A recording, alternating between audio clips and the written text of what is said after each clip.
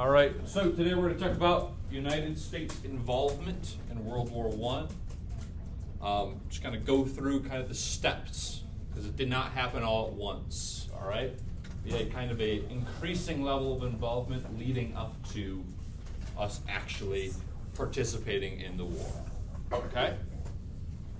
All right, and before we keep going, let's make sure all those phones and AirPods are put away. All right, I think we're doing a pretty good job of that so far. All right. So, a little bit of background. All right. Around 1914, we're still kind of figuring out our place in imperialism. Okay? Sure, we do have several kind of territories and colonies, but we're still kind of iffy about getting involved in other countries' politics and political affairs, things like that, all right? We still had a policy of isolationism, all right? That's a definition I would definitely understand, all right? This means staying away from other countries' political affairs, all right? Kind of the big idea at that point in time was that we are going to take care of our own issues, all right? Getting involved in like kind of the major policies and decisions, Marciano, what's going on here, all right? All right, let's take some notes. Put away whatever's going on here, okay?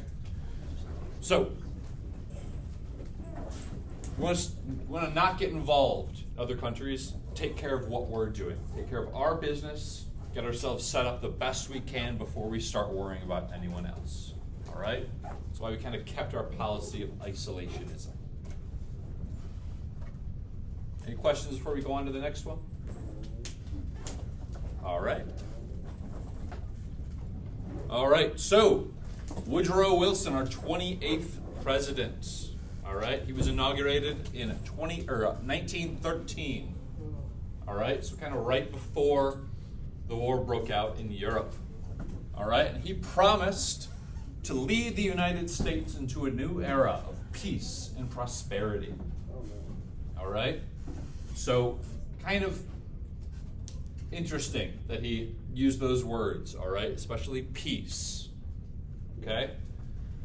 He had a fairly limited political career, all right? Before becoming president or even running, he spent most of his time as the president of Princeton University, all right? He was involved in academia. He's kind of a professor type figure, okay? He was governor of New Jersey for 2 years, and that's it, okay? After that, he ran for president and won. All right, it's kind of a unique resume to have for someone running for president. Usually, you've got kind of a decorated political career. All right, he's different. All right, he has kind of a different way of going about things. Okay, he appointed a familiar face.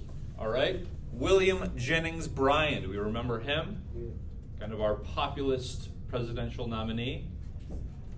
He was a populist, and even more so, kind of more important to us right now, he was a pacifist.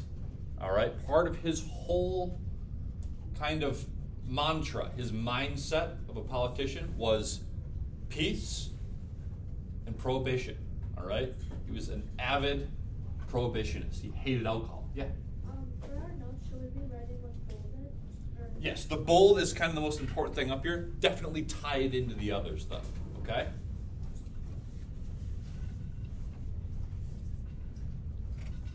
Some time to write. All right. So here on the right, we have Woodrow Wilson. Again, most of his pictures look like this. He's kind of a stern guy. All right. He's got a little tiny pair of glasses. He's really kind of done up all the time. We got a lot. It's academia. It's kind of a Princeton University was where he worked. Very fancy environment. Lots of kind of rich folk around him at all times. Okay. Down here, we've got William Jennings Bryan. All right, and again, remember, he's a fantastic public speaker. All right, people come from all over the country just to hear him give speeches.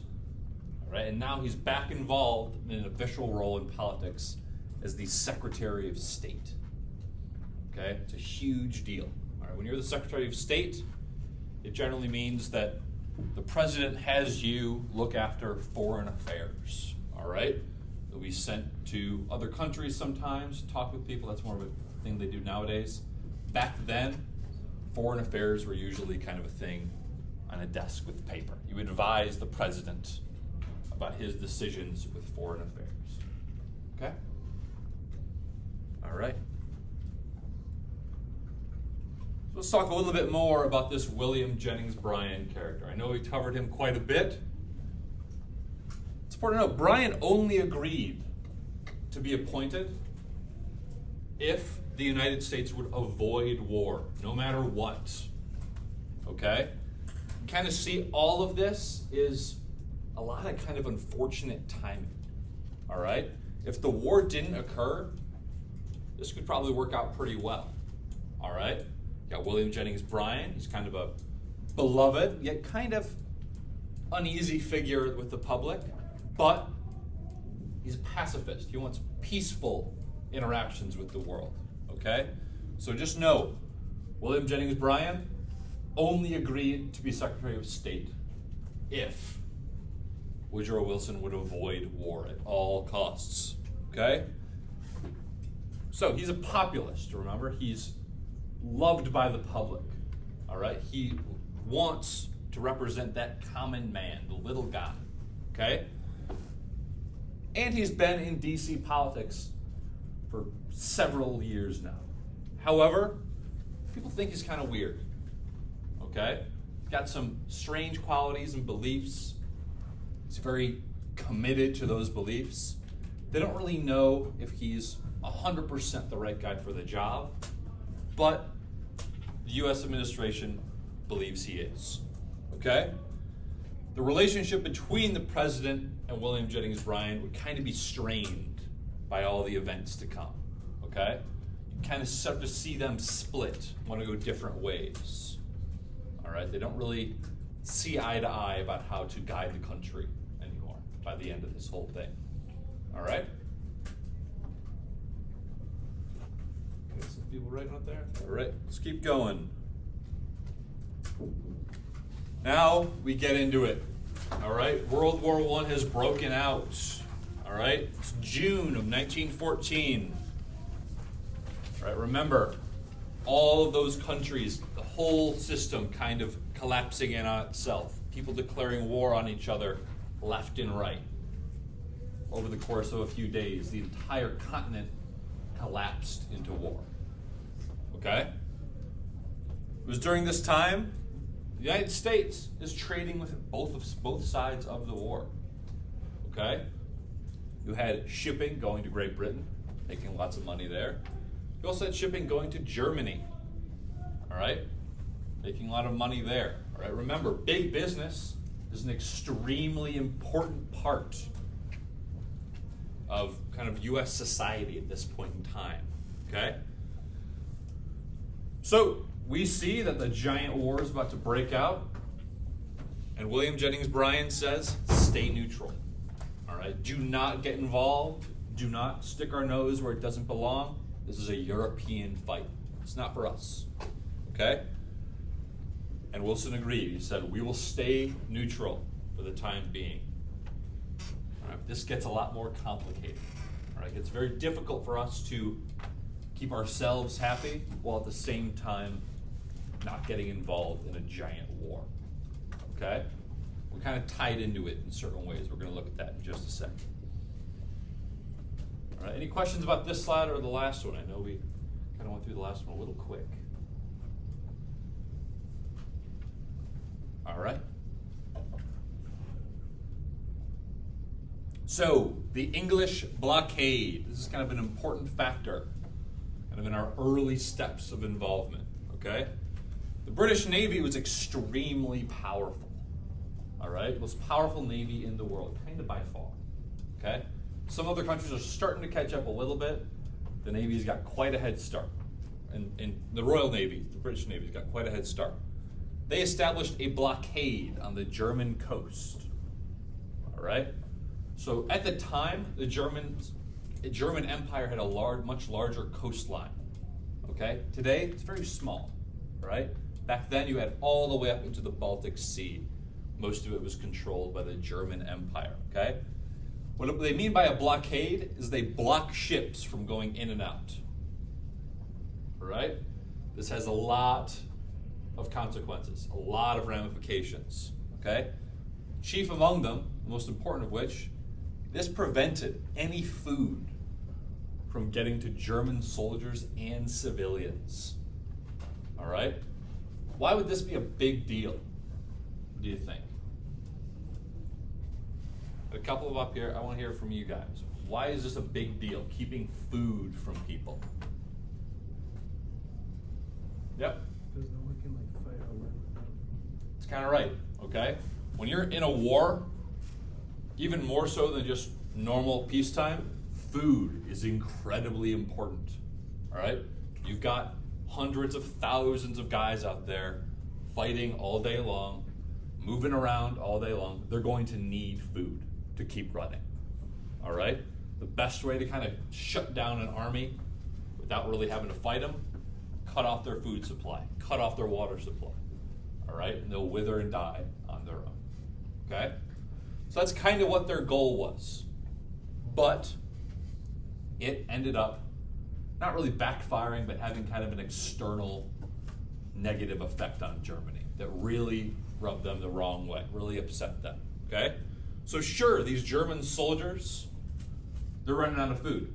They're struggling, okay? But German civilians are also not getting food, all right? This caused about 500,000 people over the course of the early stages of the war to starve to death, all right? Food is in very, very short supply in the German Empire at this point in time, okay? Also, for the American side of it, we're making a ton of money selling items and food to Germany. The English aren't letting any of it get through this blockade, all right? So that's bad for big business in the United States. Businesses are starting to complain about this English threat to commerce and trade, all right? We're starting to kind of take sides in this war already, this early on, okay? It's an important part down here as well, Germany's response, okay? Germany responded by using submarines to sink any ship heading in or out of Great Britain. Once again, military and civilian, all right? They did not discern. Yeah. So, you're an Englishman. You got your little fishing boat out at sea, all right? You go out to, say, the coast of France. There's a good fishing spot out there, all right? You don't really even care about the war going on, all right? You just want to go to your fishing spots, get some food, go back, sell it, all right? Then in the middle of the night, as you're just kind of trawling along your little boat, you get hit by a torpedo, blown up, all right? You don't know it was coming. You're lost at sea now. You're on a little lifeboat. You're probably going to die. This happened a lot, okay? These German submarines, it's kind of a new technology, very, very effective. And there wasn't really a countermeasure to it. There wasn't really a way other countries could effectively stop them at this point in time without just kind of asking, all right? So make sure you know, British Navy put a blockade on Germany. Germany's response was submarine warfare, all right? Submarine warfare in the Atlantic. They declared kind of the waters around Great Britain a war zone. Any boat there was fair game, all right?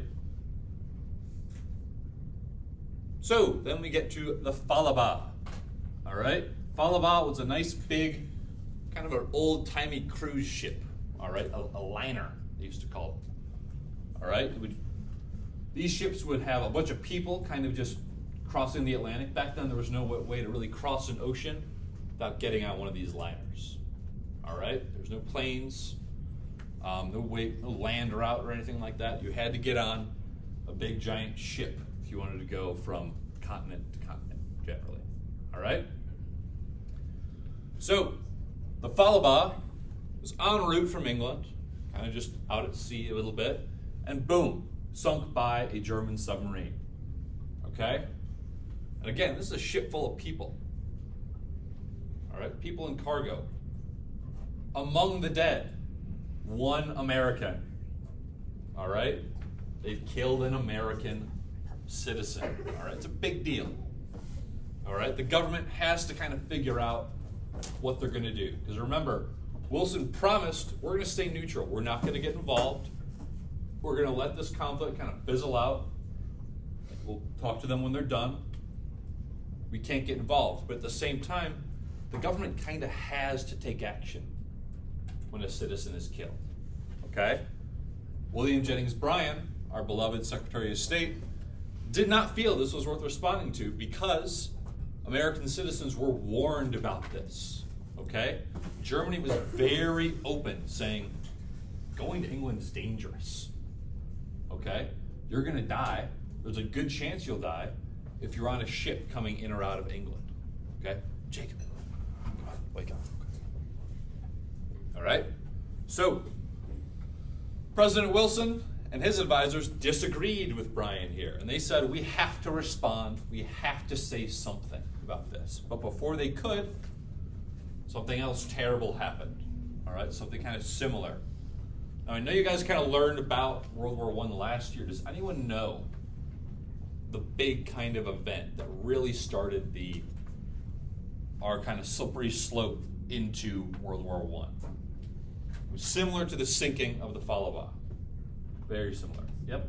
The attack on Pearl Harbor. That's World War II. We're on the right track, though. All right? This one's really similar to this. Kayla, you on your phone? All right, let's take some notes then. Does anyone know? That's all right. It's kind of a hard name to remember. That's okay. The Lusitania. All right? The sinking of the Lusitania. So just like the Falaba, Lusitania is another big kind of passenger liner. All right? Lots of cargo, lots of people. And again, while outside of England, it gets sunk by a German submarine. Okay? This time, it's a lot bigger of a deal. 128 Americans are killed. All right? This news getting to the White House, getting to the president, was like a explosion of activity. They had no idea how to really respond right away. Okay? Especially because pretty soon after this happened, they discovered that this ship was carrying a few thousand crates of ammunition meant for Allied soldiers. All right? So, on the same ship, you had 128 Americans. There's 1,200 people altogether that died. Okay? And you had ammo. All right? Now tell me this. If a ship carrying innocent people in kind of a declared war zone area, sure, they're just people going back and forth from England and the United States probably, but you throw some ammo on that ship from the United States heading to England. Do you think that's a neutral ship? Think it's neutral? No. Why not, Armando? They're supplying them with ammo or like weapons. It's a pretty good point they're making. All right? William Jennings Bryan especially says it's very unfortunate what happened here, but they had every right to sink this ship. All right? It's not neutral. All right? This is ammunition being given to the British, okay? This is a wartime effort in many ways, all right? Even then, 128 American citizens are dead at the hands of a German submarine. Something has to be said about this. This is a big, big deal, okay? So we're gonna kind of get into our first real response to what happens, okay? So firstly, just some attitudes about the war in the United States, all right? It's important to note, most people in the United States felt that we should not get involved in this war. The public kind of consensus was war is bad for us. We don't want to have people die, right? We don't want Americans to die for some conflict over in Europe that we really have no huge stake in quite yet, all right? But many are beginning to feel that this is something on the horizon, all right? This is only going to get worse. This is something we're going to be getting involved with eventually, at least, okay? And both sides had things that Americans hated. Okay, the English were violating our neutrality. All right, Lusitania was a ship with a bunch of Americans on it, full of ammunition. All right, it was not neutral. They were using a passenger ship from America as part of the war effort. All right, and they're blocking trade with Germany. All right, so you have normal people who see a bunch of their own die. All right, they don't like that. And business in the United States is no longer trading with Germany. All right, they don't like that. They want to make money. They want to be able to trade with Germany and England. England's not letting it happen. Okay? On the other side, people hated the German military, what the Germans were doing. All right? Very cruel war tactics. All right, at the time, it was kind of thought that this poison gas, remember we talked about that? The mustard gas, phosgene, stuff like that. That was kind of a German thing that they came up with, kind of a cruel method of war. Every side was using it at this point, okay?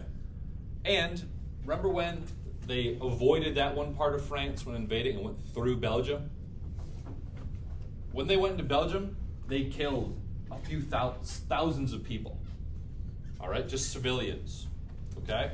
They were really brutal to Belgium when they went through. And then kind of the occupying force there during the war, just as brutal. They stole a bunch of food. They killed people left and right for no real reason.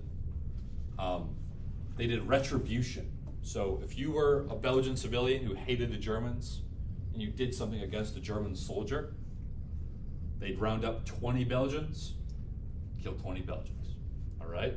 You kill one German soldier, they kill 20 civilians. You have a question? Bathroom? Yeah, for sure. If you want to pause it. I'll pause it. So here are these pictures. We just got some people from 1920s. It's kind of hard to see. I'll put this PowerPoint up on Schoology. This little thing down here, this is like a city back then. All right, you got some little cars and stuff like that. Still kind of switching over from the horse and buggy style of kind of city living. All right. Oh. Yep, There we go. okay, we're good. All right. So we have reasons to kind of hate both sides in this war. Pretty legit reasons. Okay? But still, we don't want to go to war. All right? So President Wilson is kind of having to mull this over with all his advisors. All right? He's thinking about this. He's very troubled by it. At the end of all this presidency was so stressful for him, he had a stroke in office. All right? He was nearly incapacitated right before he was voted out. All right? He died pretty soon later. Okay? He was very preoccupied with all of this stuff surrounding the war, staying neutral, still kind of wanting to help out, staying neutral, becoming less neutral. Okay? After the Lusitania, we made our first kind of official demand to Germany. Okay? We said, you need to stop using submarines. All right? Submarines are unfair. Submarines are kind of targeted towards killing innocents. All right? You're much more susceptible to killing innocent people. You just sink a giant ship. It's not something we want to allow anymore. All right? The idea of submarines being used in war kept Wilson up at night. All right? It was his main thing. He was so upset by this idea of a hidden threat under the water. All right? After we issued this demand, Germany came back and said, you should tell your citizens that it's not safe to go to England. You should tell them not to go. And you should also tell England to stop marking their ships with American flags. Stop pretending to be neutral, all right? Because they're shipping ammo from the United States. Everyone knows. And they ignored the American command to stop using submarines, all right? They just didn't even address it. So this is not going to stop. We're going to keep using submarines. This is, in many ways, us defending ourselves, okay? William Jennings Bryan, his influence is starting to kind of fade. All right? He's a Secretary of State who's been doing everything he possibly can to keep the United States neutral, but it's kind of a losing effort now, okay? There's other advisors that President Wilson has that are telling him we kind of have to start committing to a side here. All right? We kind of are going to, for our own sake, we're going to need to get involved and kind of put an end to this matter once and for all. Okay? Seeing that war is going to happen, we're going to get involved. William Jennings Bryan resigns. All right? It's kind of a fancy word for quitting. Okay? He felt that he did not want to be involved in an effort that would kind of compromise his values. Remember, it's a very avid pacifist. All right? War is the absolute most evil possible thing in the eyes of William Jennings Bryan. Okay? So he resigns. All right? And at this point, it looks pretty clear that we're headed to war. Okay? But it does not happen right away. Okay? We're still working with the public. The public is not on the side of going to war. We're going to try to avoid it. All right? We're going to try to avoid getting involved directly. We are going to start shipping supplies. All right? We're going to start kind of an indirect effort on the side of the Allies. Okay? Do you have any questions before we keep going? We can go back if we need to. All right. So, we are no longer in practice neutral. On paper, we have not taken a side yet. But after Bryan's resignation, we did not immediately join the war. Remember that, okay? This wasn't he quit. Let's go fight in Europe. That did not happen. All right? There was some time in between. Okay?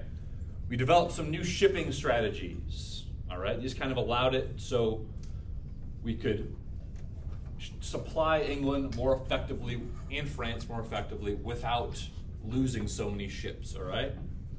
It's called the convoy system. You kind of have cargo ships in the middle, you surround them with military ships that are kind of there as a shield and to detect submarines, okay? Before one of these old-timey submarines shoots, it has to get really close to the surface, if not all the way surfaced, all right? Even today, the capabilities of a submarine when it's all the way submerged are much more limited than when it's closer to the surface, all right? So, detecting those submarines, you find it, you can kill it, all right? If you see them, they're very easy to destroy, all right? It's kind of their hidden factor that makes them such a threat, all right? But now, we're kind of improving our ability to get around them, okay? They're less effective. All right, and by 1917, this is kind of the state of the war right before we jumped in, okay? Gotta think about it. They've been fighting for 3 years now. It's been an absolutely brutal fight. We saw some of the footage yesterday, all right? It's from a movie, but still. Hundreds of thousands, if not millions, are dead, okay? It's every single day. Destruction all day long. One side's still low on food, okay? They're getting kind of desperate for something to happen, okay? That's where the stalemate comes in. Both sides at this point in the war in 1917 are locked, all right? Those trenches are formed, all right? Neither side's really gaining or losing any ground, all right? I think it was like a 3-mile area that was gained and lost over the course of a couple of years, okay? they had what's called a stalemate. Important to know this word. This means a situation where neither side can gain an advantage. All right, and it's usually a result of something like trench warfare. Okay, remember, got two trenches fighting each other all day long. All right, one trench goes up, tries to catch the other one, doesn't work. They push them back. And they push them back the other way. They want artillery. They try to push again. They push again, forever and ever and ever. And each time you're doing this, a ton of people die. Okay. Later on in history, kind of in I think like the 1980s, there was a big war between Iran and Iraq, where they also used trench warfare and some human wave tactics. The exact same result happened. All right? Neither side gained or lost anything. Hundreds of thousands of people died. And it was all because they just drew lines in the ground, fought from those lines. All right? No one really gained or lost anything. They just kind of fought. Okay? So at this point in time, that's the status in the Western Front of Europe right now. Okay? And it's important to also consider World War I spanned the entire continent. All right? The United States only really got involved in this Western Front. On the other side of Europe, it's completely different. All right? There was constant changes in areas that were controlled. All right? There's Russia fighting. All right? And Russia had its own kind of internal turmoil at that time. Okay? So there's millions of people dying over there too. All right? So the war effort in the West is even more strained. All right? The U.S. is still kind of hesitant about getting involved. All right? So make sure you have that stalemate definition and how after Brian left, we did not immediately just jump into the fight. Okay? So here we have the Zimmerman note. Okay? This is kind of the final straw for us. Okay? In 1917, the British government intercepted a secret telegram message. Okay? That's kind of how if you want to communicate with someone overseas, back then you pay a little, like a quarter or something, depending how long your message is. You send a telegram, right? Travels via radio, pops out of a little machine, right? It's a little typed message, okay? The British government got pretty good at intercepting these messages, all right? A lot of kind of old-timey, early kind of prototype computer type devices, mechanical radio devices. Very, very complex, all right? They intercepted a message that the Germans were trying to send to Mexico, all right? And the British were kind of desperate for a little bit of help at this point, keep in mind. Immediately let the United States know, all right? They forward the message to the White House. And immediately alarms start going off in people's heads. All right, why are the Germans talking to Mexico? What could they possibly want to do with them? All right.